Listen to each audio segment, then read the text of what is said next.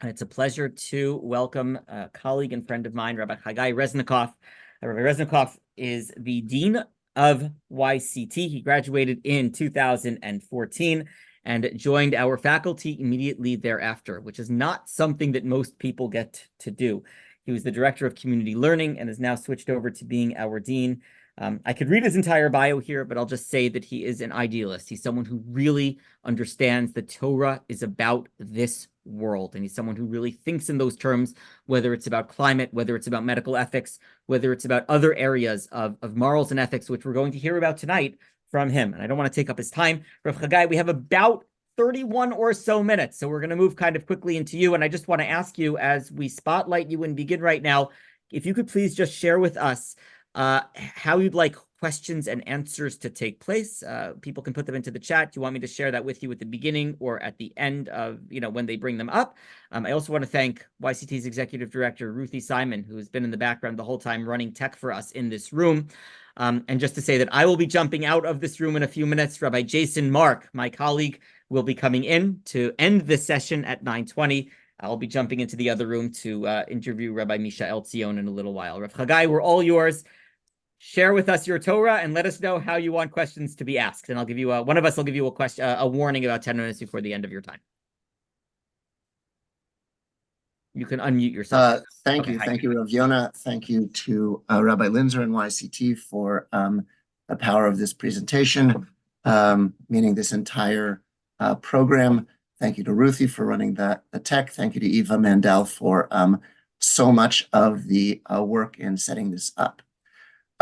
Specifically, before I get started, let's just say that what I'd like to do is talk pretty much uninterrupted for about 15, 20 minutes. I'm going to give over my material, and then hopefully the last 10 minutes we'll spend some time taking questions, and I will monitor the chat. You don't have to do that.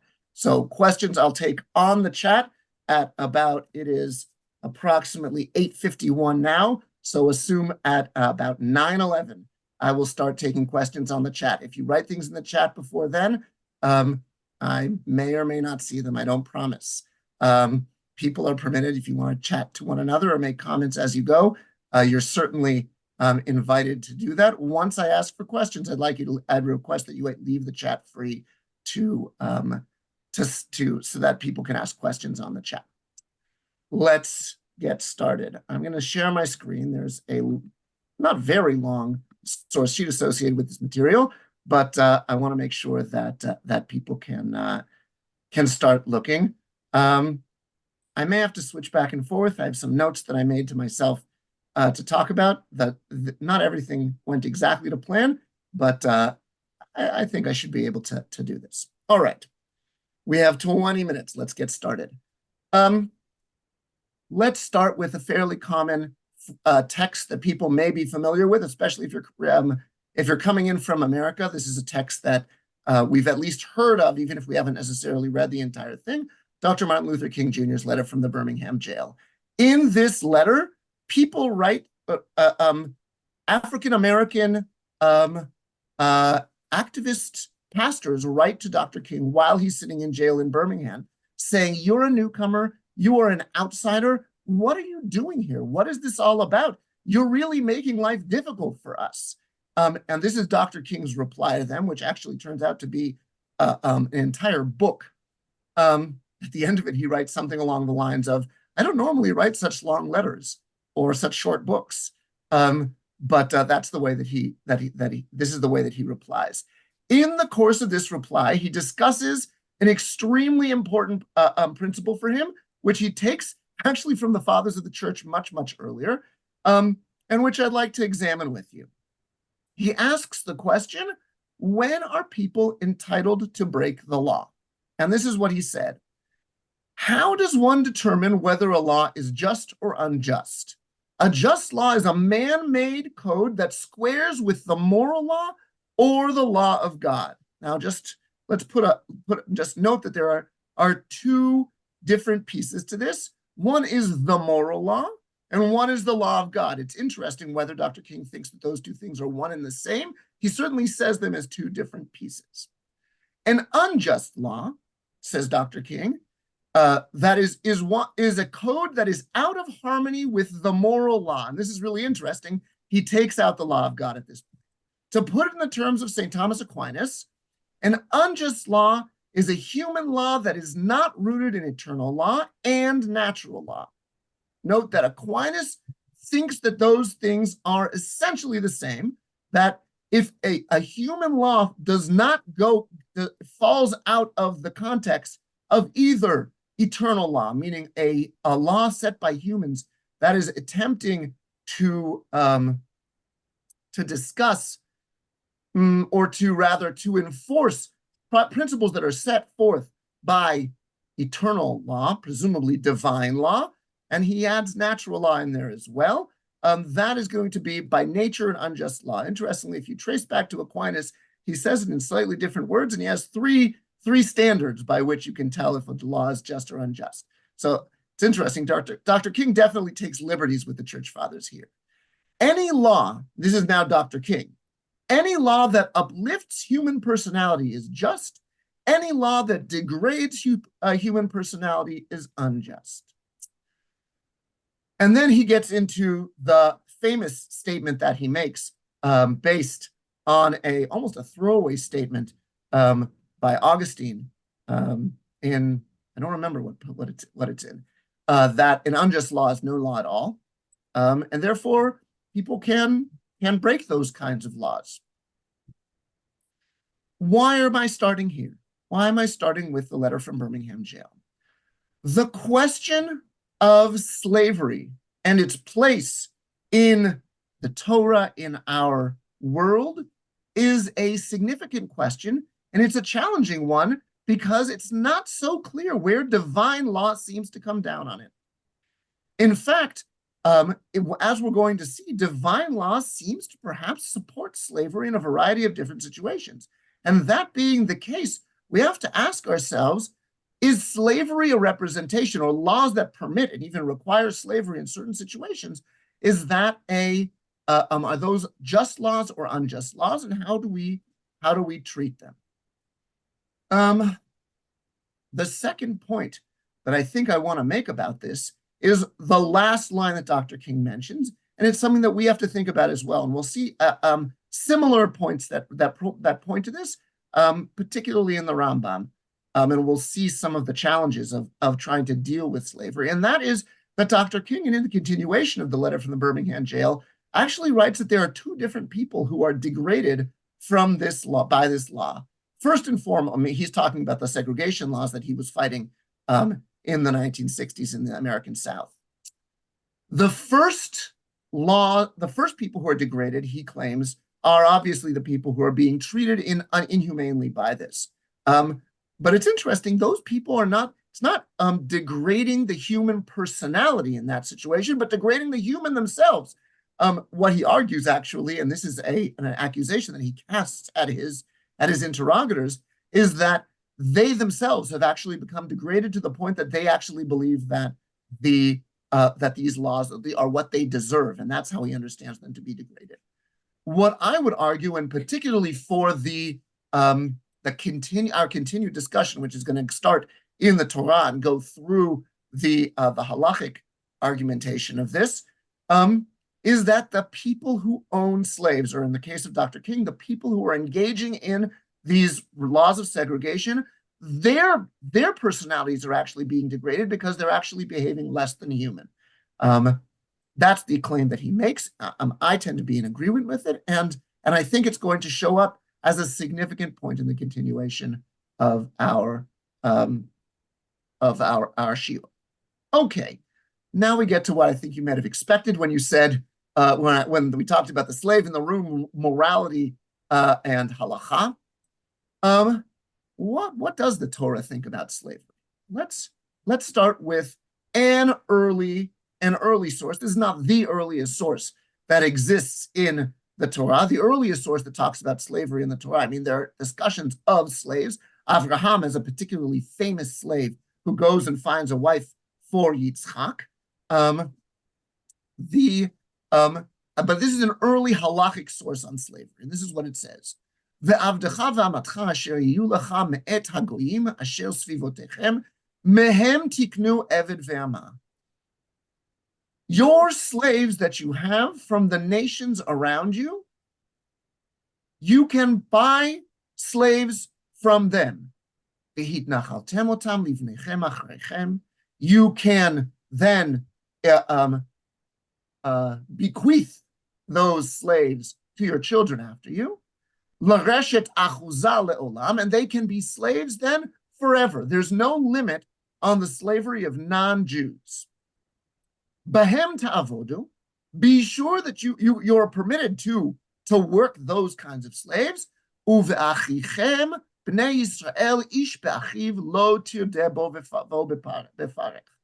Do not work your brother in a ruthless way, in the kind of way of avodat parach is the way we describe the slavery of Egypt. That's where this language comes from. And then why? Why is there such a difference if people sell themselves as slaves or as sold as slaves? Why do we have such a strict distinction between avodat parach, this kind of ruthless slavery which can be done on non-Jews, and then your brothers or sisters who you're not permitted to do this? Ki li v'nei Yisrael avadim. Bnei Israel are my slaves. Avadai hem asher hotzeiti otam me'eretz Mitzrayim. They are my slaves that I took out of the land of Egypt. I am the Lord your God. Or I, God, am your God. What do we see here? We see a couple of different things. At least to one extent, it doesn't look like slavery as an institution is a problem. We see that slaves can be taken from the Jews or from the non-Jews. There's just a problem with Jews being slaves, and that is that Jews have a preeminent obligation already. Jews are the slaves of God. They cannot be slaves to anyone else. On the other hand, this text also seems to suggest that this is not something you would do to your kinspeople, your family. Be'achichem b'nei Yisrael, ish be'achiv. Do not treat your brothers like this. So what's going on here? It sounds like the Torah already kind of knows that slavery is unpleasant, that it is problematic in terms of the way that we treat other human beings. It's not the kind of thing that you would do to your family, and yet it is something that is permitted explicitly. Chattel slavery is permitted in situations of when you're dealing with non-Jewish slaves. Now, to stop. Now that I've said all of this, let's just pause and note that in the world of slavery, non-Jewish slaves actually receive an extensive amount of human rights, as it were, which means that they're not like any other slaves in the ancient Middle East. Non-Jewish slaves get Shabbat off. They get the holidays off. They get all kinds of different moments. And when a non-Jewish slave has a claim against their master and so on, they actually can bring that claim to Beit Din, to the Jewish courts. So non-Jewish slaves, although they can be inherited, sold, they're never released. They don't go free in the Jubilee year like the way Jewish slaves do, or after 7 years the way Jewish slaves do. There are certain laws. It's not a strict slavery of the way that we might have imagined American slavery, the way that the slavery of Mitzrayim is imagined. Now, the first source that I brought, that's a source to suggest that the Torah supports the institution of slavery with the caveats that I made. What about this source? In Devarim Kaf Gimel, Devarim 23. Lo tasgir eved el adonav asher yinatzel elecha mi'im adonav. Do not return a slave to their master who have fled to you, who seek refuge to you from their master. Imcha yeshev bekirbecha, bamakom asher yivchar be'achad she'arecha, betov lach lo tonenu. They shall sit with you, amongst you, in the place that they choose in one of your gates, and it should be good for them. Do not oppress them. I call this the anti or the reverse of the Fugitive Slave Act. For those of you who know your American history, one of the major causes of the Civil War was a decision of the Supreme Court, I'm thinking of Dred Scott. There was an important law that was passed that essentially accelerated the path to the Supreme Court, in which it was declared that although there was no slavery in the northern states, slaves who were captured, runaway slaves who were captured in the north, could be brought back south and returned to their masters. They were not free in the north. They were simply escaped. Nobody had any kind of obligation to return them, but once captured, they were returned to their masters in the south. This law, going back already to the time of the Torah, says that if a slave runs to you, you may not return them to their masters. There is absolutely no way that you can't let them be slaves anymore. What's more, they should have a place to settle amongst you. They should be what we would call in Torah terms a ger toshav, the kind of stranger who sits amongst you but is not necessarily Jewish. And there's a phrase here which I think is extremely surprising once you kind of take a moment to think about it, and that is bamakom asher yivchar, in the place that they choose. There is only one other bamakom asher yivchar that is mentioned in the Torah, and it's mentioned over and over. That is Beit HaMikdash. The temple is the place that God chooses. In this case, we give slaves this prerogative that they may choose a place amongst you. There is a comparison to the divine presence in having the presence of slaves amongst you. This is in the Torah. Now, unfortunately, and these are texts that I chose not to bring in the source sheet, the traditional sources don't interpret this text this way. They interpret it in a variety of different ways.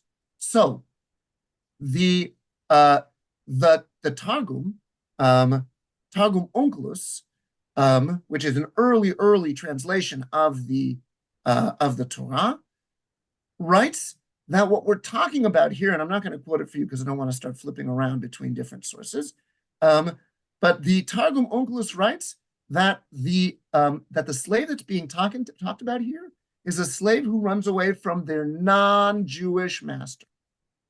If it's from a Jewish master, then you have all the rules of returning a person's property. But from a non-Jewish master, that's the one that you have to save. Rashi takes a different approach based on a sugya in Masechet Gittin, based on a piece of the Talmud Masechet Gittin. He says that even if a slave from a Jewish master flees from outside of Eretz Yisrael to inside of Eretz Yisrael, the Jewish master cannot come and collect that slave and take them away from the land of Israel. They have to be permitted to stay in the land of Israel. Now, both of these are striking statements which are essentially reinforcing the, let's call it the divine approbation of slavery. That is to say that slavery is something that exists in the Jewish world. I would have said that this pasuk, that you don't return slaves to their masters, I would have said that this is actually the evidence that whatever the Torah permits elsewhere about slavery, the Torah itself is an anti-slavery document. It does not support slavery. It may support it for sociological reasons, that people are not going to be able to give up their slaves so quickly or something like that. But the Rashi and the translation of Onkelos both add in these ideas that suggest that Jews who own non-Jewish slaves continue to own them. Now, this actually gets quoted in the Halakha, gets quoted in the Rambam, the Jewish law, but it's stated in extremely, what's the language I want to use? Extremely ambivalent way. Let's see how the Rambam, Maimonides in the 12th century, living in Egypt, in a Muslim world that does permit slavery, let's see how he understands it. He says as follows: Mutar la'avod be'eved kna'ani befarech. You are permitted to work a non-Jewish slave with really no limit. The afal pi shehadin kach, and even though that's the law, midat chasidut v'darkei hachokma sheyeh adam rachman v'rodef tzedek v'lo yachbid ulo alavdo v'lo yitzar lo. The Rambam says, and even so, it is the attribute of kindness, and it is the way of wisdom, which those of you who know about Maimonides know that the way of wisdom is, nothing is more important to the Rambam than the way of wisdom, that a person should be merciful and justice-seeking. They should not overburden their slave, and they should not cause that slave suffering. And then he continues, there's more in there, and then he continues, Ve'ein ha'achzariyut ve'ha'azut mitzuya ela b'goyim ha'arilim. He says, cruelty and brazenness are not to be found, are only to be found in non-Jewish groups. That is not the way that Jews need to behave.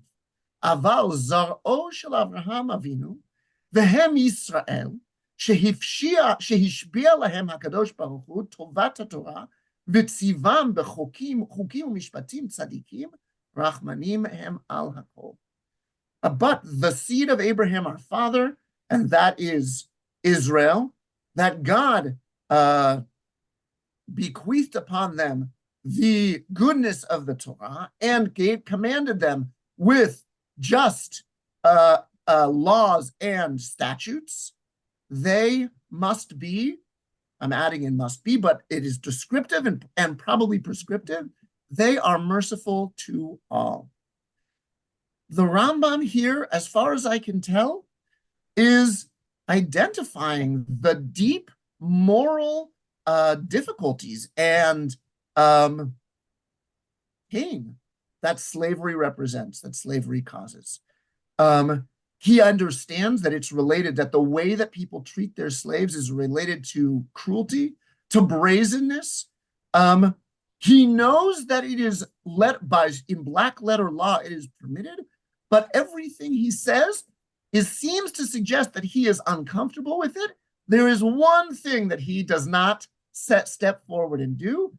He does not say something like, the enlightened man should not hold slaves, or something like that. He was not willing to go that far. On the other hand, it does seem that the Rambam is extremely aware of the degree to which that slavery is a problem for a moral person. And now we get to the slave in the room, the last piece of this. This is still from the Rambam. It's from Hilchot Chametz U'Matzah, the laws of Pesach. And the Rambam is talking about how a parent should teach their child. And this is what he says. Lefi da'ato shel ben. This is actually this is straight out, a quote straight from the Mishnah, that a father, or I'll say a parent, should teach their child according to their ability to understand what's going on. Ketzad. What does this mean? If the child was too small or somehow not intelligent enough to follow a sophisticated argument, he says to him, the parent says to their child, B'ni, kulanu hayinu avadim kemo shifcha zo, o kemo eved zeh b'mitzrayim. The parent who is sitting at the Seder says to their child, my child, we were once slave like that slave right over there. The slave that served them their food, cooked them their Seder, cleans their house, washes their beds. Just like that one, that was us. And on this night, God redeemed us, and we became free. The Rambam doesn't seem to have any inkling, any suggestion here that he is disturbed by this kind of a statement, that we are free, and yet we have slaves, In the Rambam's world, literally sitting in the room. And that, I think, because my time is the time I said I would talk, is I'm even over that time. That, I think, is where I'm going to stop and lay this before you as the kind of the view that I take of the Torah, and it's a complicated view. The perception that I have of slavery in the Torah is that it actually is understood, that it is something that we are not comfortable with. Lo tazkir eved el adonav, do not return slaves to their masters, and yet simultaneously, we also have a sense that slavery is a reality. It exists amongst us, and maybe we don't even see it clearly. We see it when it is our kinsmen, when it is our family, when it is people who we are close to, but outside of that area, we don't see it. I think and here I guess I'll compare us to the Rambam, and I'll think to myself, how many of the things, I'm like sitting at my kitchen table now giving this shiur, how many of the things that I own, this shirt, this tie, think about your Seders. Or is anybody going to be eating chocolate at their Seder?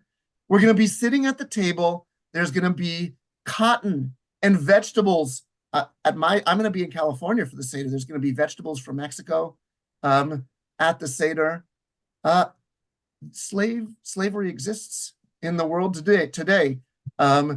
Slave labor is a way that lots and lots of work is done. And I guess I don't see it.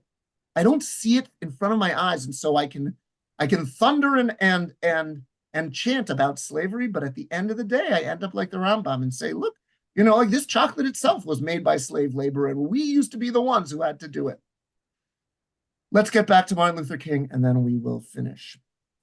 Martin Luther King claimed that an unjust law, or laws that permit things that are unjust, are thus, because they somehow contradict the divine will, and that they somehow degrade the human personality.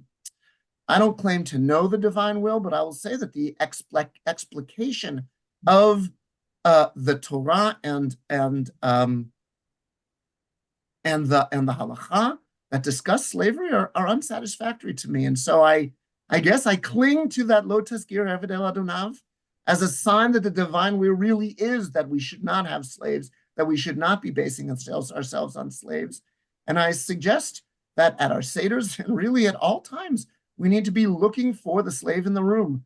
Who is that person that we are essentially exploiting? Who is that person that we are essentially not seeing because their labor is so crucial for us? Their contributions are so crucial. I've left you not as much time to ask questions. Rav Mark, how long do I have? You have about, I think, 1 minute. 1 minute. That is not enough time. Maybe 2. All right. If people want to take 1 minute and tap in some answers. So I would not say that. Somebody asked, would I go so far as to say that the Torah position is immoral regarding slaves? It depends what you mean by the Torah.